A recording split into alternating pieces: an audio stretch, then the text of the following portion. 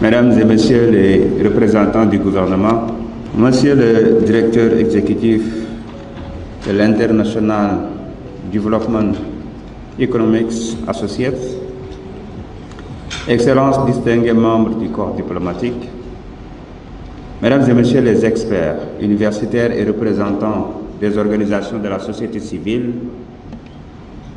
chers partenaires, distingués invités, Mesdames et Messieurs.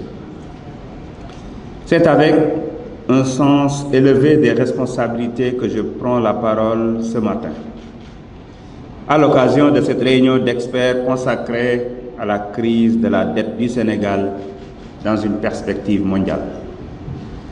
Je voudrais avant tout saluer l'initiative de Ideas Africa Network placée sous le patronage du Premier ministre Ousmane Sonko.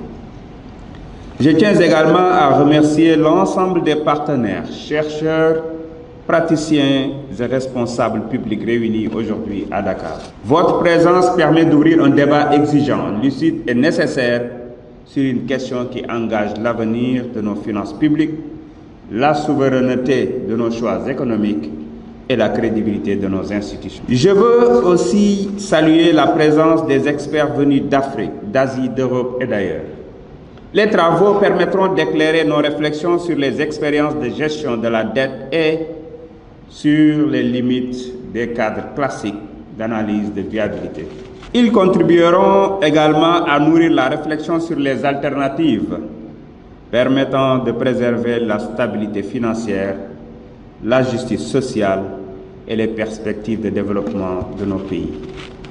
Mesdames et Messieurs, parler de dette publique, ce n'est pas seulement parler de chiffres, de ratios, de marchés financiers ou de programmes économiques. Parler de dette publique, c'est parler de souveraineté. C'est parler de vérité dans la gestion des affaires publiques. C'est parler de responsabilité devant les citoyens. C'est parler enfin de la capacité d'un État à financer l'éducation, la santé, l'emploi, les infrastructures, la sécurité, la transformation productive et l'espoir des générations futures. La dette peut être un instrument utile lorsqu'elle finance le développement, lorsqu'elle est contractée dans la transparence, lorsqu'elle respecte les procédures d'autorisation démocratique, lorsqu'elle s'inscrit dans une stratégie soutenable et lorsqu'elle produit des résultats tangibles pour les populations. Mais la dette devient un problème politique, économique et moral lorsqu'elle échappe au contrôle démocratique, lorsqu'elle pèse sur des générations futures sans contrepartie visible, lorsqu'elle réduit les marges de manœuvre budgétaires et lorsqu'elle fragilise la confiance entre États, les citoyens et les partenaires. C'est précisément cette exigence de vérité, de transparence et de responsabilité qui fonde la démarche engagée par les nouvelles autorités sénégalaises. Mesdames et Messieurs, le Sénégal a choisi de regarder la réalité en face. Les révélations relatives à la situation réelle de nos finances publiques ont mis en lumière des dysfonctionnements graves, notamment en matière de déclaration, de suivi et de contrôle de l'endettement public. Elles ont également montré de manière incontestable que la question de la dette ne pouvait plus être abordée comme une affaire purement technique, réservée à quelques administrations ou institutions financières. Elle doit redevenir une question démocratique majeure. C'est pourquoi la réponse du Sénégal repose sur un principe clair. La transparence n'est pas une faiblesse. Elle est le point de départ du redressement. Assumer la vérité des comptes publics, ce n'est pas affaiblir l'État. C'est au contraire restaurer sa crédibilité. C'est montrer aux citoyens, aux marchés, aux partenaires et aux générations futures que le Sénégal entend reconstruire sa trajectoire financière sur des bases sincères, solides et responsables. Cette démarche s'inscrit dans une vision plus large, celle du plan de redressement économique et social 2025-2028, de la stratégie nationale de développement 2025-2029 et de l'agenda national de transformation Sénégal Vision 2050. Le cap est connu. Assainir les finances publiques, renforcer la mobilisation des ressources internes, rationaliser les dépenses, améliorer la qualité de l'investissement public, mieux encadrer les risques budgétaires et restaurer progressivement les équilibres macroéconomiques. Mesdames et messieurs, sur la question spécifique de la dette, je voudrais réaffirmer avec clarté la position des autorités sénégalaises. La restructuration de la dette n'est pas l'option retenue par le Sénégal. Cette position ne relève ni du déni, ni de l'improvisation, ni d'un réflexe de fermeture. Elle procède d'un choix souverain, responsable et assumé, celui de préserver la signature du Sénégal, d'honorer nos engagements, de poursuivre le dialogue avec nos partenaires et de mettre en œuvre la stratégie alternative fondée sur la discipline budgétaire, la gestion active de la dette et la mobilisation accrue de nos ressources propres. Le Sénégal entend assumer, corriger, réformer et avancer. Mais il entend le faire dans le respect de sa souveraineté, de ses priorités nationales et de son pacte social. Il faut le dire clairement, le trajectoire de redressement ne saurait être durable si elle sacrifie l'investissement productif, l'éducation, la santé, la cohésion sociale et l'emploi des jeunes. Elle ne saurait être crédible si elle repose uniquement sur l'austérité, sans transformation structurelle de l'économie, sans élargissement de l'assiette fiscale, sans lutte contre les gaspillages, sans amélioration de la qualité de la dépense publique et sans gouvernement renforcé. C'est pourquoi le Sénégal plaide pour une approche équilibrée. Restaurer les équilibres, oui, mais sans casser les moteurs de développement. Réduire les vulnérabilités, oui, mais sans renoncer à l'ambition de transformation. Dialoguer avec ses partenaires, oui, mais dans le respect mutuel, la vérité partagée et la souveraineté des choix nationaux. Mesdames et messieurs, les réformes déjà engagées traduisent cette volonté d'assainissement. Le document de programmation budgétaire et économique pluriannuel 2026-2028 inscrit l'action publique dans une logique de consolidation budgétaire et de retour progressif vers les critères de convergence communautaire. Il met en avant la nécessité de corriger les agrégats, de retrouver les équilibres financiers et de renforcer la transparence dans la gestion publique. Dans le même esprit,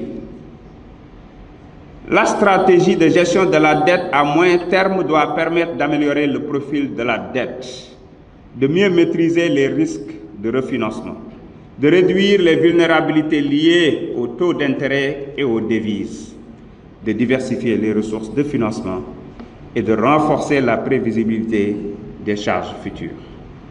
La dette ne doit plus être gérée dans l'urgence. Elle doit être pilotée avec méthode, transparence et anticipation. Cela suppose une meilleure centralisation de l'information, un suivi rigoureux des engagements directs et contingents, un encadrement plus strict des garanties, une attention particulière aux partenariats public-privé et une meilleure articulation entre les besoins de financement de l'État et la programmation budgétaire pluriannuelle. La réforme des finances publiques ne peut donc pas se limiter à réduire les dépenses. Elle doit transformer la manière de décider, d'autoriser, d'exécuter, de contrôler et d'évaluer. Mesdames et messieurs, c'est ici que le rôle de l'Assemblée nationale devient central. Dans une démocratie, la dette publique ne peut pas être un angle mort du contrôle parlementaire. Le Parlement vote la loi. Le Parlement contrôle l'action du gouvernement. Le Parlement évalue les politiques publiques et le Parlement exerce pleinement sa responsabilité sur les besoins de financement de l'État. La loi organique relative aux lois de finances a renforcé cette exigence. Elle consacre une gestion budgétaire fondée sur la performance, la transparence la sincérité et l'obligation de rendre compte. À travers les lois de finances initiales et rectificatives, l'Assemblée nationale ne se contente pas d'examiner des tableaux. Elle autorise un équilibre. Elle approuve des recettes. Elle encadre des dépenses. Elle examine des ressources de trésorerie. Elle se prononce sur les conditions dans lesquelles l'État peut couvrir son besoin de financement. C'est un acte démocratique majeur. Chaque emprunt engage la nation. Chaque garantie publique peut engager le contribuable. Chaque charge financière future réduit potentiellement une marge de manœuvre pour l'éducation, la santé, l'agriculture, la sécurité ou l'emploi. C'est pourquoi nous devons faire évoluer notre culture parlementaire. Passer d'un contrôle ponctuel à un contrôle proactif, d'un examen sommaire à une analyse approfondie, d'une autorisation systématique à une vigilance démocratique renforcée. Mesdames et messieurs, depuis l'installation de la 15e législature, l'Assemblée nationale du Sénégal a engagé une transformation profonde de ses méthodes de travail. Nous avons renforcé les mécanismes de contrôle. Nous avons engagé la mise en œuvre effective de l'évaluation des politiques publiques et créé une architecture institutionnelle dédiée à cette mission. Nous avons instauré de nouveaux outils de suivi, de planification et d'analyse. Nous avons placé la performance publique au cœur du travail parlementaire. Cette dynamique doit désormais s'appliquer avec encore plus de rigueur à la dette, au budget, aux engagements financiers de l'État et à l'ensemble des risques budgétaires. Notre ambition est claire. Faire de l'Assemblée nationale une institution capable de comprendre les chiffres, d'interroger les hypothèses, d'évaluer les risques, de suivre l'exécution et de rendre compte au peuple sénégalais. Car le contrôle parlementaire n'est pas une défiance envers le gouvernement. Au contraire, il est une garantie pour la République. Il protège l'exécutif contre les dérives administratives. Il protège les citoyens contre l'opacité. Il protège les finances publiques contre l'improvisation. Il protège les générations futures contre les engagements inconsidérés. Mesdames et messieurs, la réunion qui s'ouvre aujourd'hui est donc importante à un double titre.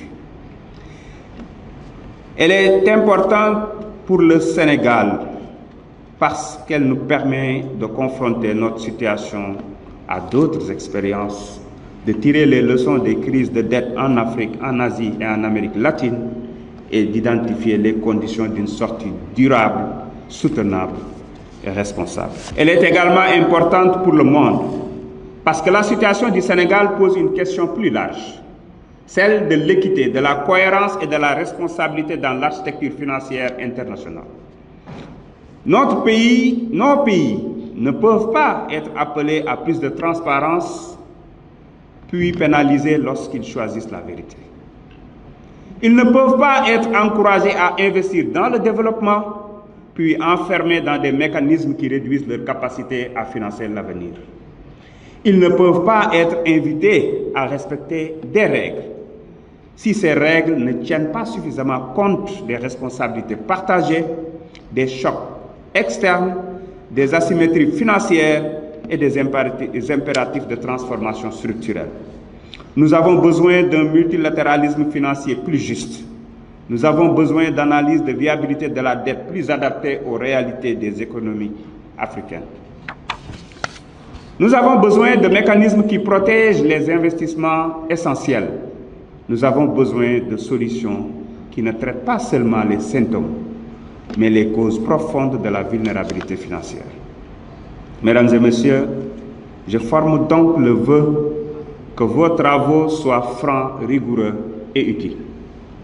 Qu'ils permettent de clarifier les termes du débat, d'identifier des alternatives crédibles, de mieux articuler discipline budgétaire, justice sociale et souveraineté économique. qu'il contribue à construire une doctrine sénégalaise et africaine de gestion responsable de la dette.